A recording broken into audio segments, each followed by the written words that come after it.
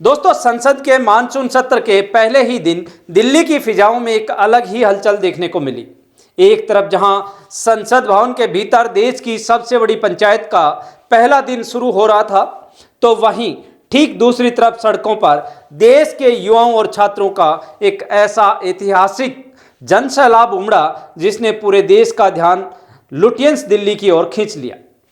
Cockroach जनता party यानी CJP और प्रख्यात शिक्षाविद सोनम वांगचुक के आह्वान पर आयोजित चलो संसद मार्च ने उस वक्त एक बड़ा राजनीतिक मोड़ ले लिया जब समाजवादी पार्टी की सांसद डिंपल यादव और तमाम सपा सांसदों के साथ और आप पार्टी के सांसद संजय सिंह और अन्य आप नेताओं ने संसद परिसर से निकलकर सीधे जंतर मंतर के लिए पैदल मार्च पर निकल पड़े।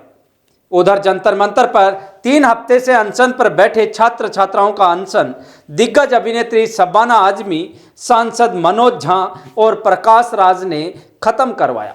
लेकिन इसके बाद सड़कों पर जो कुछ हुआ, सुरक्षा बलों और प्रदर्शनकारियों के बीच जो आमने सामने की स्थितियां बनी, उसने सरकार से लेकर प्रशासन तक को सोचने पर मजबूर कर दिया है। आखिर 20 जुलाई को इस ऐतिहासिक ग्राउंड रिपोर्ट में क्या क्या हुआ, चलिए आपको एक एक फैक्ट्स के साथ पूरी कहानी बताते हैं। दरअसल सोमवार की सुबह से ही जंतर मंतर पर माहौल गर्म था। सपा सांसद डिंपल यादव ने छात्रों के समर्थन में संसद से जंतर मंतर तक पैदल मार्च करते हुए सरकार पर सीधा हमला बोला। डिंपल यादव ने साफ कहा कि देश का युवा अपनी जायज समस्याएं और परीक्षा प्रणाली में सुधार की मांग लेकर सड़कों पर है, लेकिन सरकार उनसे सीधे संवाद करने से बच रही है। उन्होंने आरोप लगाया कि सोनम वांगचुक लगातार बातचीत की अपील कर रहे हैं मगर सुनवाई नहीं हो रही है, जिससे युवाओं पर मानसिक दबाव बढ़ता जा रहा है। दूसरी तरफ जंतर मंतर पर पिछले 3 हफ्तों से आमरण अनशन पर बैठे ऑल इंडिया स्टूडेंट एसोसिएशन यानी आइसा के छात्र नेताओं ने नेहा, अमीन और मनीष कुमार का अनशन सोमवार को खत्म हो गया। मशहूर अभिनेत्री शबाना आजमी, राजद के राज्यसभा सांसद मनोज झा और अभिनेता प्रकाश राज ने उन्हें खुद अपने हाथों से पानी पिलाकर अनशन समाप्त कराया। यही नहीं, अभिनेत्री स्वरा भास्कर ने सफदरजंग अस्पताल से लेकर जंतर मंतर तक एक्टिविस्ट से मुलाकात की, तो टीवी एक्ट्रेस कविता कोशक ने सोशल मीडिया पर वीडियो शेयर कर पुलिस से छात्रों पर किसी भी स्थिति में बल प्रयोग न करने और मानवीय रवैया अपनाने की गुहार लगाई है। अब इस पूरी खबर में सबसे बड़ा ट्विस्ट तब आया जब वरिष्ठ अधिवक्ता प्रशांत भूषण ने सोशल मीडिया पर एक बड़ा दावा करते हुए कहा कि जंतर मंतर और उसके आसपास इलाकों में 75,000 से ज़्यादा लोग जमा हो चुके हैं।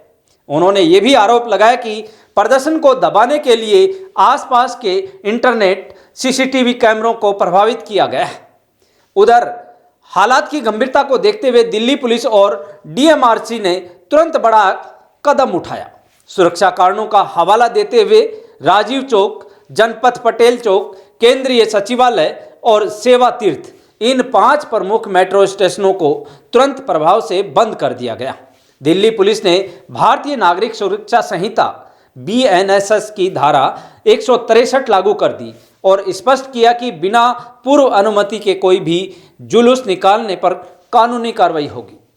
जब प्रदर्शनकारी बैरिकेड्स पार कर पार्लियामेंट स्ट्रीट और मेट्रो स्टेशनों की ओर बढ़ने लगे, तो सुरक्षा बलों और रैपिड एक्शन फोर्स के जवानों के साथ तीखी धक्का मुक्की और बहस हो गई। भीड़ को नियंत्रित करने के लिए पुलिस को बल प्रयोग करना पड़ा और स्थिति काफ़ी तनावपूर्ण हो गई। तो दोस्तों, इस पूरी घटनाक्रम का सबसे बड़ा बिग रिवील यह है कि सड़कों पर बढ़ते दबाव के बीच आखिरकार सरकार को संवाद का रास्ता चुनना ही पड़ा।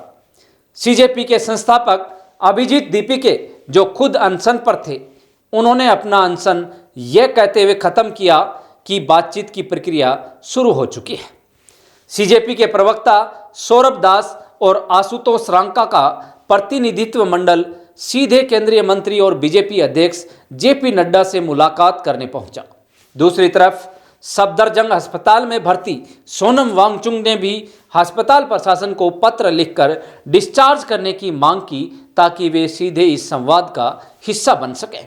दोस्तों, क्या आपको लगता है कि 75,000 युवाओं के इस सैलाब और विपक्ष के इस भारी दबाव के बाद केंद्रीय मंत्री जेपी नड्डा के साथ होने वाली ये वार्ता नीट परीक्षा और शिक्षा व्यवस्था में सुधार का कोई ठोस रास्ता निकालेगी? अपनी राय हमें कमेंट बॉक्स में जरूर लिखकर बताएं। इस वीडियो को ज़्यादा से ज़्यादा शेयर करें और देश की हर बड़ी खबर की बिल्कुल सटीक, निष्पक्ष और विश्लेषणात्मक रिपोर्ट के लिए आप अपने चैनल जागो इंडिया जागो न्यूज़ चैनल को सब्सक्राइब करें और फॉलो कर लें। धन्यवाद।